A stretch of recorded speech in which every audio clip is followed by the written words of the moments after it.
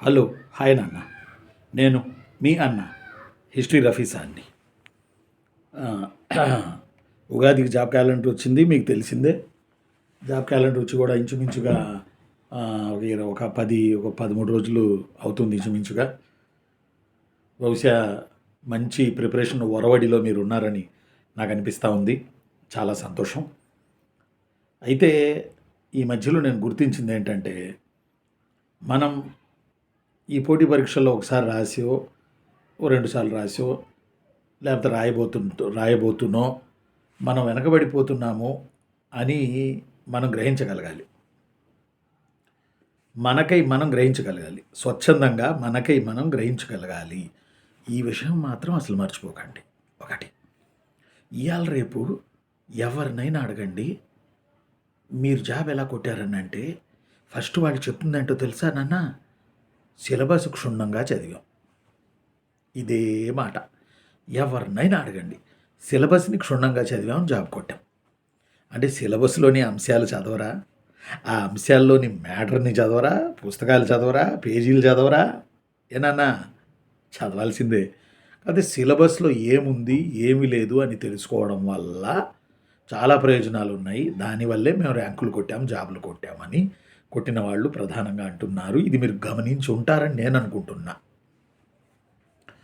First మీరు book అన్నారనుకోండి, ఆ బుక్ సిలబస్ ప్రకారం రాసి ఉందా లేదా అది చూసుకోవాలి. అన్నెసరీ థింగ్స్ ఏమైనా రాశారా అది చూసుకోవాలి. 2, ఎక్కువ మార్కులు ఏ పాఠం నుంచి వస్తున్నాయి, ఆ పాఠానికి వీళ్ళు ఎక్కువ ఇన్ఫర్మేషన్ కాన్సెప్చువల్గా ఇచ్చారా లేదా అనేది కూడా మీరు బుక్ కొనేటప్పుడు చూసుకోవాలి. అసలు మెయిన్ నేనేమంటానంటే, ఫ్రెషర్స్ అయినా 1-2 సార్లు రాసి సర్వీస్ దాకా వెళ్ళి పాపం తిరిగి వచ్చిన వాళ్ళైనా ముందు మీరు చేయాల్సింది సిలబస్ చదవాలి. మించిపోయింది ఏమీ లేదు. ఇప్పుడైనా ముందు సిలబస్ పెట్టుకోండి. ముఖ్యంగా ప్రిలిమ్స్ కాసే పక్కన పెడదాం, మెయిన్స్లోకి వద్దాం మనం. మెయిన్స్లో ఉన్న syllabus science and technology, AP history, polity, economy కదా, మనందరూ తెలిసిందే కదా. ఫస్ట్ మీరు చేయాల్సింది ఏంటంటే నాన్న, ఈ సిలబస్ని ఒక నోట్బుక్లో రాసుకోండి. ఖచ్చితంగా ఒక నోట్బుక్లో రాసుకోండి ప్లీజ్. అమ్మో చాలా ఉందో సార్, ఫర్ ఎగ్జాంపుల్ ఎకానమీ ఉంది, అదంతా ఎక్కడ రాస్తాం, టైం వేస్ట్ కదా. సైన్స్ అండ్ టెక్నాలజీ ఎంత ఉందో ఎక్కడ రాస్తాం, టైం వేస్ట్ కదా. అలా అనుకున్నప్పుడు ప్రింట్ తీసుకోండి. ప్రింట్ తీసుకుని కట్ చేసుకుని నోట్స్లో అతికించుకోండి. ఓకే, ఇప్పుడు ఫర్ ఎగ్జాంపుల్ కాలేజీ అనుకోండి, కాలేజీలో బీఓఎస్ మినిట్స్ అనే ఒక బుక్ ఉంటుంది. బోర్డ్ ఆఫ్ స్టడీస్ అని చెప్పి ఒక బుక్ ఉంటుంది, బీఓఎస్. అందులో ఏంటంటే ఆ పిల్లలకి చెప్పాల్సిన సిలబస్ ఉంటుంది, క్వశ్చన్ పేపర్స్ ఉంటాయి, వాటికి రావాల్సిన క్రెడిట్స్ ఉంటాయి, అన్నీ ఆ బీఓఎస్ బుక్లో రాసి ఉంటాయి. అది సంవత్సరం అంతా దిక్సూచి, ముఖ్యంగా డిగ్రీ లెక్చరర్లకి. ఆ బుక్ పెట్టుకునే ఏ పనైనా చేయాలి కాలేజ్లో. అదొక బైబిల్, అదొక భగవద్గీత, అదొక ఖురాన్. అలాగే మీకు సిలబస్ కూడా సేమ్, బైబిల్, భగవద్గీత, ఖురాన్, మీకు సిలబస్ కూడా సేమ్. ముందు రాసుకోండి, కుదరకపోతే ఒక పేజీలు ప్రింట్ తీయించుకొని మీరు అతికించుకోండి. ఎందుకు సిలబస్ని చదవాలి? సిలబస్ చదివితే జాబ్ వస్తేస్తా అని మీరు అనుకోవచ్చు నాన్న. సిలబస్ చదివితేనే జాబ్ వస్తుంది. సిలబస్ వల్ల మనకి ఏం తెలిసిద్దంటే, అన్నెసరీ పాఠాలు అన్నెసరీగా చదివే ఏమన్నా ఉంటే వాటిని వదిలించుకుంటాం. సిలబస్ వల్ల మనకు ఒక స్పష్టత ఉంటే సిలబస్లో, దీనివల్ల మనకి శ్రమ ఆదా అవుతుంది, సమయం ఆదా అవుతుంది. కాబట్టి సిలబస్ని ఎందుకు చదవమంటున్నాం అని అంటే, ప్రధానంగా అన్నెసరీ టాపిక్స్ ఉంటే వాటిని మనం అవాయిడ్ చేయొచ్చు అకార్డింగ్ టు సిలబస్ ప్రకారం. 2, సిలబస్ లేకుండా మనం అట్లా పరిగెత్తుంటే దారి తప్పిపోతాం. అడవిలో దారి తప్పినట్టే, ఎటు నుంచి ఎటు వస్తామో తెలియదు, ఆర్తనాదాలు చేయాల్సిన పరిస్థితి వస్తుంది. అందువల్ల సిలబస్ ఉంటే దారిలో ఉన్నట్టు, గాడిలో ఉన్నట్టు, మన ప్రిపరేషన్ కరెక్ట్గా ఉన్నట్టు. సిలబస్ కనుక క్షుణ్ణంగా మనం అర్థం చేసుకోకపోతే మాత్రం అడవిలో దారి తప్పిపోయినట్టే. ఆ తర్వాత ఇంకోటి ఏంటంటే, 2 ఉంటాయి ఇక్కడ. ఇప్పుడు మన తెలుగువారికి ఫర్ ఎగ్జాంపుల్ ఆవకాయ అన్నం, అది బిర్యానీతో సమానం మన తెలుగు వాళ్ళకి. గోంగూర పచ్చడి మన తెలుగు వాళ్ళకి అది బిర్యానీతో సమానం, అవునా కదా? అంటే పర్ఫెక్ట్ సూట్ మన తెలుగు వాళ్ళకి. అలాగే ఒకటి సిలబస్ క్షుణ్ణంగా చదవాలి, 2 గత ప్రశ్నాపత్రాలను చూడాలి. ఈ 2 మజా వస్తుంది. యెస్. సిలబస్ చదవాలి. ఈ సిలబస్‌ని బట్టి గత ప్రశ్నాపత్రాలు ఏం అడిగారో చూసుకోవాలి. అబ్బో! అబ్బో! అబ్బో! అబ్బో! దీనివల్ల ఏ టాపిక్ నుంచి ఏ ప్రశ్నలు అడుగుతున్నారు, ఎలాంటివి అడుగుతున్నారు, ఏ టాపిక్ నుంచి ఎక్కువ అడుగుతున్నారు, ఏ టాపిక్ నుంచి తక్కువ అడుగుతున్నారు, ఇవన్నీ కూడా సిలబస్ చదువుకొని క్షుణ్ణంగా గత ప్రశ్నాపత్రాలు చూసుకున్నప్పుడు ఆ క్వెషన్ ఈ సిలబస్‌కి సెట్ చేస్తే అది ఒక రకమైన బిర్యానీ తిన్నట్టే మనం. నిజం. వాస్తవం కూడా. అంటే ఇక్కడ సిలబస్ ఎందుకు చదవమంటున్నానంటే, ఇప్పుడున్న పోటీ పరీక్షల్లో హార్డ్ వర్క్ చేయకూడదు. స్మార్ట్ వర్క్ చేయాలి. ఎప్పుడైతే సిలబస్‌ని క్షుణ్ణంగా మనం చూసుకున్నామో, మీ ప్రిపరేషన్ షార్ప్‌గా తయారవుతది. దిగిపోయిద్ది అంతే మీ ప్రిపరేషన్. ఇదొకటి గుర్తుపెట్టుకోండి, నేను రాసుకొచ్చాను. ఇంకోటి రివిజన్ మనకి ఈజీ అవుతుంది సిలబస్ తెలిస్తే. సిలబస్ మొత్తం చదువుకుంటే రివిజన్ మళ్ళీ మళ్ళీ మనం రివిజన్ చేయడానికి మనకి ఈజీ అవుతుంది సిలబస్ చదువుకుంటే. సిలబస్ మనకు తెలిస్తే, ఏ టాపిక్ ఇంపార్టెన్స్ గురించి మనం తెలుసుకోగలిగితే అదొకటి. తరువాత ఇంకొకటి, సిలబస్ చదవడం వల్ల కొన్ని టాపిక్స్ సిలబస్‌లో లింక్ అయి ఉంటాయి. అవి వెంబటెంబటే ఉండవు. సెకండ్ చాప్టర్‌లో ఒక టాపిక్ ఉంటే దానికి లింక్ అయింది థర్డ్ చాప్టర్‌లో ఉంటది. థర్డ్ చాప్టర్‌లో లింక్ అయి ఉన్నది ఫిఫ్త్ చాప్టర్‌లో లింక్ అయి ఉంటది. ఇది 1కి 2 సార్లు క్షుణ్ణంగా సిలబస్ గనక మనం చదువుకోగలిగితే దీనిని మనం క్యాచ్ చేయొచ్చు. అర్థమైందా నాన్న? దీన్ని మనం క్యాచ్ చేయొచ్చు. For example Satavahanas social conditions, Ikshvakas, after that Vishnukundinas, మధ్యలో బృహత్పలాయన, ఆనందగోత్ర, శాలంకాయన, ఇవి లేవనుకోకండి. ఇవి కూడా చదవాలి. సిలబస్‌లో లేవు. సిలబస్‌లో ఇది ఇవ్వలా. కానీ ఇదెందుకు చదవాలి అంటే, బృహత్పలాయనలు, ఆనందగోత్రులు, శాలంకాయలు తెలిస్తేనే, వాళ్ళ కల్చర్ తెలిస్తేనే నెక్స్ట్ కల్చర్‌కి మనం వెళ్ళడానికి అవకాశం ఉంటుంది. ఇది ఏపీ హిస్టరీలో. అవన్నీ హాఫ్ పేజీ ఉంటుంది ఆ సిలబస్. తెలియాలిగా. హిస్టరీ అంటే ఫర్ ఎగ్జాంపుల్ హిస్టరీ చెప్తున్నాను నేను. హిస్టరీ అంటే ఒక లింకులు ఉంటాయి. ఈ లింకుల్ని మనం దాటుకొని మనం వెళ్ళాం. For example Kakatiya social conditions, Vijayanagara social conditions, Vengi Chalukya social conditions, వెనక్కొస్తే శాతవాహన సోషల్ కండిషన్స్, ఇవన్నీ లింకు పెట్టి మనం చదువుకుంటూ పోతే ఒక ఉమెన్ పొజిషన్ తీసుకుంటే శాతవాహనుల్లో ఎలా ఉంది, దెన్ ఆ తర్వాత వచ్చే పెద్ద చాప్టర్ వేంగి చాళుక్యులు ఎలా ఉంది, అంతకుముందు రేనాటి చోళులు వాళ్ళల్లో ఎలా ఉంది, కాకతీయాసులు ఎలా ఉంది, రెడ్డి రాజాసులు ఎలా ఉంది, విజయనగరంలో ఎలా ఉంది, కుతుబ్ షాహీస్ పీరియడ్లో ఎలా ఉంది. కుతుబ్ షాహీ చదవచ్చా లేదా అని ఎంతమంది అడిగారో. కానీ కుతుబ్ షాహీలు అర్థం కాకపోతే మోడ్రన్లో బ్రిటిషర్స్ వచ్చిన విధానం మనకు అర్థం కాదు. బ్రిటిష్ వాళ్ళ వర్తక స్థావరాలు పెట్టుకున్నారు అంటే permission given by Qutb Shahis. కాబట్టి కుతుబ్ షాహీస్ యొక్క కొన్ని విధానాలు చదువుకోకపోతే మనం మోడ్రన్లో యూరోపియన్ సెటిల్మెంట్స్ దగ్గర దెబ్బ పడిద్ది మనకి. అందులో కుతుబ్ షాహీలు కొంత మొత్తమే చదువుకోవాలి. మొత్తం చదవాల్సిన అవసరం లేదు. నా ప్రీవియస్ వీడియోలు ఉన్నాయి, మన యూట్యూబ్లో ఒకసారి చూసుకోండి.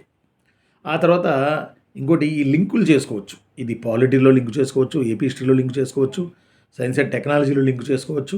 ఇలా ఏ టాపిక్ని ఎక్కడ లింక్ చేసుకోగలమో చూసుకోండి. ఇది సిలబస్ క్షుణ్ణంగా చదివినప్పుడే అర్థమవుతుంది ఏ టాపిక్ ఎక్కడ లింక్ చేసి చదవగలం అనేది. అందువల్ల సిలబస్ క్షుణ్ణంగా చదవండి.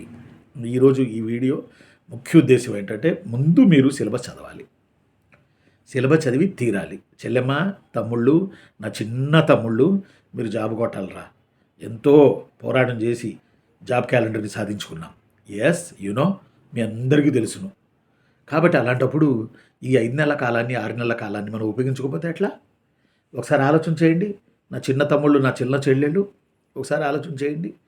ఇంకా చప్పగా లైఫ్ సాగుతుంటే ఈ ప్రిపరేషన్లో మీరు కరెక్ట్ లేరు. మీరు కరెక్ట్గా లేనట్టు అర్థం.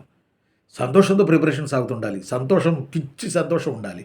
కారణం, మనం చేయబోతున్న పనిపై నమ్మకం ఉంచాలి. మనం ఒక రెస్పెక్ట్ ఇవ్వాలి ఆ పనికి. తద్వారానే ఆ పని మనకి లైఫ్ అంతా లీడ్ చేయడానికి అవకాశాన్ని మనకి కల్పిస్తుంది. అయితే ఇప్పుడు నేను చెప్పిన ఈ సిలబస్ని క్షుణ్ణంగా చూడండి అన్న పాయింట్లో ఒక 5 పాయింట్లు ఏంటంటే, 1, సిలబస్ని ప్రింట్ తీసుకోండి, పక్కన పెట్టుకోండి, లేదా రాసుకోండి.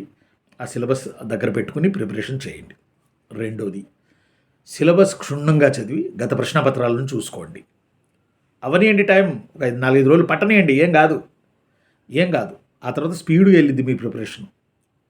సిలబస్ లేకుండా, చుక్కాని లేకుండా, వర్షం వస్తున్నప్పుడు గొడుగు లేకుండా ఎట్లా రా నాన్న? మనం చేసే పని మీద మనం నమ్మకం లేకపోతే ఎట్లా? వర్షం కురవాలని నేను ఎక్కడో చెప్పాను మీకు. బాగా ఆగస్టు, సెప్టెంబర్ వర్షాలు కురవట్లేదంట అసలు. ఊర్లో వాళ్ళందరూ ఊరు బయట ప్రార్థన చేద్దామని వెళ్ళారట. ఒక చిన్న బాబు గొడుగు తీసుకుని వెళ్ళాడట వాళ్ళతోటి. కొన్ని వేల మంది అనుకోండి. వెళ్ళేటప్పుడు ఆ బాబుని ఎగతాళి చేశారు. ఈ ఈ గొడుగెందుకురా వర్షం కురిసిద్దా ఏంటి అని. ప్రార్థన అయిపోయింది. అందరూ ప్రార్థన చేశారు వర్షం కురవాలని. తిరిగొచ్చేటప్పటికి వాళ్ళ ప్రార్థన ఫలించి జోరున వర్షం కురిసింది. ఈ బాలుడు గొడుగేసుకొని ఇంటికొచ్చాడు హాయిగా. అంటే మీరు చేయబోయే పని మీద మీకు నమ్మకం లేకపోతే, మీకు రెస్పెక్ట్ లేకపోతే, మీకు గౌరవం లేకపోతే, మీకు ఫ్యూచర్ గురించి ఆలోచించకపోతే ఎవడిస్తాడు మనకు గౌరవం? ఎవడు చూడాలి మన వైపు? ఈ స్పీడ్ యుగంలో, ఈ పరిగెత్తే యుగంలో, అంత స్వార్థం ఉన్న ఈ యుగంలో ఎవడు చూడాలి మన వైపు? మన జీవితాన్ని మనమే దిద్దుకోవాలి, మనమే మార్చుకోవాలి. మన కోసం ఎవడు ఏడవడో. మనం ఒంటరిగా వచ్చాం, ఒంటరిగానే పోతాము. నడి మధ్యలో మొత్తం నాటకం. ఈ ఎగ్జామ్ కూడా నాటకమే. ఇవన్నీ నాటకాలే. కానీ తప్పదు కాబట్టి, మనిషిగా పుట్టాం కాబట్టి, జీవనోపాధి కావాలి కాబట్టి, ఒక లెవెల్ని కోరుకుంటున్నాం కాబట్టి, తప్పు లేదు కాబట్టి ఈ ప్రిపరేషన్. అర్థమైందా చిన్నులు తమ్ముళ్ళు? నేనురా మీ అన్నయ్య హిస్టరీ రఫీసాన్రా. అయితే ఇక్కడ చెప్పాను చూడండి. ఫస్ట్ సిలబస్ ప్రింట్ తీసుకొని పెట్టుకోండి. 2 సిలబస్ క్షుణ్ణంగా చదివి old question papers previous years PYQC question papers చూసుకోండి. మూడోది సిలబస్లో ఉన్న టాపిక్స్ ఉంటాయిగా, వాటిని ఏం చేయాలంటే మైక్రో టాపిక్స్గా చిన్న చిన్న విభాగాలుగా విడగొట్టుకోండి. నెక్స్ట్ గత ప్రశ్నాపత్రాలు చూసి ఏ టాపిక్ ఇంపార్టెంటో గుర్తించండి. నెక్స్ట్ చదివిన టాపిక్స్ని టిక్ చేసుకుంటూ వెళ్ళండి. నెక్స్ట్ వీక్ ఏరియాస్ ఏవో మీకు ఏ టాపిక్ కష్టమో ఆ టాపిక్లో ఎక్కువగా దృష్టి పెట్టండి. 1 సిలబస్ ప్రింట్ తీసి పెట్టుకోండి లేదా రాసుకోండి. 2ది ప్రతి టాపిక్ను మైక్రో టాపిక్స్గా విభజించుకోండి సిలబస్ని. నెక్స్ట్ గత ప్రశ్నాపత్రాలు చూసి ఏ టాపిక్ ఎక్కువ అడుగుతున్నాడో, ఏ టాపిక్ ఇంపార్టెంటో పసిగట్టండి. నెక్స్ట్ చదివిన టాపిక్స్ని పెట్టుకుంటూ పోండి. నెక్స్ట్ వీక్గా ఈలోపు మీరు ఎందులో వీకో తెలిసిపోతూ ఉంటుంది. మీకు ఏ టాపిక్స్లో వీకో వాటిపై బాగా దృష్టి పెట్టండి. జాబ్ ఎందుకు రాదు నాన్న? జాబ్ ఎందుకు రాదురా? నాకు రాలేదా? మీకు వస్తుంది. జాబ్ కొట్టిన వాళ్ళందరికీ జాబ్ రాలేదా? మా మిత్రులు అంటున్నారు ఏబీపీఎస్సీలో 32 మంది జాయిన్ అయ్యారట. ఇది ఏపీపీఎస్సీలు కూడా ఏఎస్ఓలు పడ్డాయి కదా ప్రీవియస్ రిక్రూట్మెంట్లో. మొన్న జాయిన్ అయ్యారట, ఒక వారం క్రితం 32 మంది జాయిన్ అయ్యారట ఏపీపీఎస్సీలో. అంటే చూడండి, మీరు ఆ కళలు నెరవేర్చుకోరా? 750 ఉద్యోగాలు వచ్చినాయి, ఇంకా పెరుగుతాయి. సబ్ రిజిస్ట్రార్లు కూడా రావాల్సిన అవకాశం ఉంది, వస్తాయి. ఒక్కసారి ఆలోచన చేయండి. ఒక్కసారి ఎమోషన్ తెచ్చుకోండి, ప్రశాంతంగా చదవండి. ప్రశాంతంగా చదవండి. సిలబస్ని క్షుణ్ణంగా చదివితే మీరు డిప్యూటీ తహసీల్దార్ అవ్వచ్చు, మున్సిపల్ కమిషనర్ అవ్వచ్చు, సబ్ రిజిస్ట్రార్ అవ్వచ్చు, ఈపీఓఆర్డీ అవ్వచ్చు, ఇంకోటి అవ్వచ్చు, గ్రామీణాభివృద్ధి అధికారి అవ్వచ్చు, ఇంకోటి అవ్వచ్చు, ఎక్సైజ్ అవ్వచ్చు, ఇంకోటి అవ్వచ్చు. బట్ సిలబస్ చదవకుండా మనం ఏ పనైనా చేస్తే మనకి ఇబ్బంది అయ్యిద్ది. చిన్న పెన్సిల్ తీసుకోండి, చక్కగా సిలబస్ తీసుకోండి. చక్కగా మీరు చదువుతుందా వీలైతే నాకు ఆ వాట్సాప్లో మీ ఫోటో పెట్టండి. నేను చాలా సంతోషిస్తాను, నేను చెప్పింది పిల్లలు ఫాలో అవుతున్నారని. ఇప్పటికీ మించిపోయింది ఏమీ లేదు. చక్కగా అండర్లైన్ చేసుకోండి, చక్కగా చదువుకుంటూ పోండి. 2వ దశలో ప్రీవియస్ క్వశ్చన్ పేపర్స్ చూడండి ఒక్కొక్క సబ్జెక్ట్లో. 3వ దశలో ఏ టాపిక్ ఇంపార్టెంటో దాని మీద హైలైటర్ ఉంటుంది కదా కలర్ది, ఆ హైలైటర్ పెట్టి ఏ టాపిక్స్ ఇంపార్టెంటో ఆ హైలైటర్ పెట్టి ఇట్లా అనుకోండి. వాటి మీద ఇట్లా అంటారు కదా, ఇట్లా అనుకోండి. ఆ టాపిక్స్ని మరింత చూసుకోవచ్చు. ఇంకో కలర్ హైలైటర్ పెట్టి మీరు ఎందులో వీకో ఈ టాపిక్స్లో వాటి మీద అలా పెట్టుకోండి. అసెంబ్లీలో గవర్నమెంట్ ఆఫీసుల్లో మా కాలేజీలో ఎలా ఉంటుందంటే, అర్జెంట్ చేయాల్సిన పనుల ఫైల్స్ మీద ఒక కలర్ అతికించి ఉంటుంది. గులాబీ కలరు, పసుపు కలరు, ఇంకో దాని మీద పసుపు కలర్ పేపర్స్ అతికించి ఉంటాయి. అవి ఆఫీసుల్లో సెక్రటరియట్లో చాలా చోట్ల అవి ఉంటాయి. మోస్ట్ అర్జెంట్ అని ఫైల్స్ ఉంటాయి. అలాగే చక్కగా దయచేసి మీరు చక్కగా సిలబస్ని క్షుణ్ణంగా ఇప్పటికిప్పుడు మొదలు పెట్టండి. ఈ వీడియో చూడగానే క్షుణ్ణంగా సిలబస్ చదవండి, ప్రీవియస్ క్వశ్చన్ పేపర్స్ చూసుకోండి, సిలబస్ని మైక్రో టాపిక్స్గా విభజించుకోండి, ఏ ఏరియాలో వీక్ గుర్తుపెట్టుకోండి, ఏ టాపిక్ నుంచి ఎక్కువ ప్రశ్నలు వస్తున్నాయో గమనించండి. తద్వారా మీరు జాబ్ కొడతారు. మీరు జాబ్ కొడితే సంతోషించే వాళ్ళలో మీ అమ్మ, నాన్న, పెళ్ళై ఉంటే మీ భర్త, లేకపోతే మీ భార్య, మీ పిల్లల తర్వాత సంతోషించే వరుసలో మీ అన్నయ్య హిస్టరీ రఫీసాన్ నిలబడి ఉంటాడు. ఇది వాస్తవం. కాబట్టి ఫస్ట్ సిలబస్ని చూసుకోండి. ఓకేనా? ఉండనా మరి? నేనురా నాన్న చేద్దాం అనుకుంటా ఉన్నాను. కొద్దిగా ఆలస్యమైంది. మరో వీడియో ద్వారా మళ్ళీ మిమ్మల్ని కలుసుకుంటాను. ఎట్టి పరిస్థితుల్లో మీరు ఏం చేస్తారో తెలియదు, నేను మీకు గైడెన్స్ ఇస్తూ ఉన్నా. దీని ప్రకారం వెళ్ళిపోండి. ఎట్టి పరిస్థితులలో జాబ్ కొట్టి ఆఫీస్లో కూర్చోవాలి. ప్రయత్నం చేద్దాం. మన ప్రయత్నం, మానవ ప్రయత్నం ఇంత కూడా లేశమైనను మన నిర్లక్ష్యం లేకుండా మన ప్రయత్నం చేద్దాం, పాజిటివ్గా ఉందాం, ఆశావాహంగా ఉందాం, నెగిటివిటీకి మనం వెళ్ళొద్దు. ఓకేనా అమ్మా? చెల్లెమ్మ, చిన్న చెల్లెమ్మరా, చిన్న తమ్ముళ్ళురా, మీరు కష్టపడుతున్నారురా. భలే బాధ కూడా వేస్తుందిరా నాకు. అరే పాపం పిల్లలు ఎంత కష్టపడుతున్నారురా అని. ఈ కష్టం వృధా కాకుండా నేను చెప్పిన ప్రకారం ఫాలో అయిపోండి. ఉంటా.